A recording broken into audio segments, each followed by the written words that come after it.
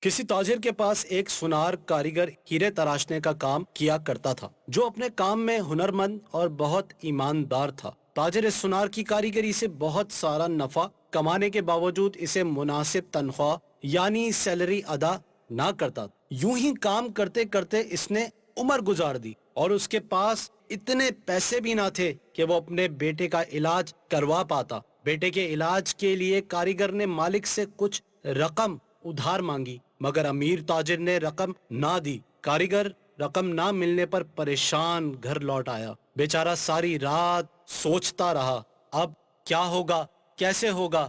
دوسرے دن وہ کام پر نہیں گیا۔ تیسرے دن تاجر کے بلانے پر جب وہ دکان پر گیا تو اس کے ہاتھ میں ایک تھیلی تھی جو اس نے تاجر کے سامنے کھول کر رکھ دی۔ اس میں قیمتی ہیرا دیکھ کر تاجر سوالیہ نگاہوں سے کاریگر کی طرف دیکھنے لگا۔ کاریگر بولا، مالک، یہ ہمارا خاندانی ہیرا ہے، اسے بیچنے کی اجازت نہیں۔ آپ اسے گروی رکھ کر مجھے کچھ رقم ادھار دے دیں، میں آپ کی رقم واپس کر کے اپنا ہیرا واپس لے جاؤں گا۔ تاجر راضی ہو گیا۔ کاریگر نے قرضے کی رقم سے اپنے بیٹے کا علاج کروایا، پھر دن رات کام کر کے قرضے کی رقم آہستہ آہستہ ادا کرنے لگ گیا۔ قرضے کی آخری قسط ادا کرنے کے بعد کاریگر نے اپنے ہیرے کا مطالبہ کیا۔ تاجر نے ہیرا لا کر اس کے سامنے رکھ دیا۔ ہیرا تراشنے والے کاریگر نے ہیرا لے کر پانی میں رکھ دیا۔ دیکھتے ہی دیکھتے ہیرا گھل کر پانی میں ختم ہو گیا۔ ہیرا تراشنے والے کاریگر نے کہا، مالک، یہ مصری کی ڈلی تھی جسے میں نے اپنے فن سے ہیرے کا اس طرح سے روپ دے دیا کہ آپ جیسا تاجر بھی دھوکہ کھا گیا۔ آپ نے میری عاجزی اور درخواست پر قرضہ نہ دیا، جس کی وجہ سے مجھے یوں آپ سے رقم نکلوانی پڑی۔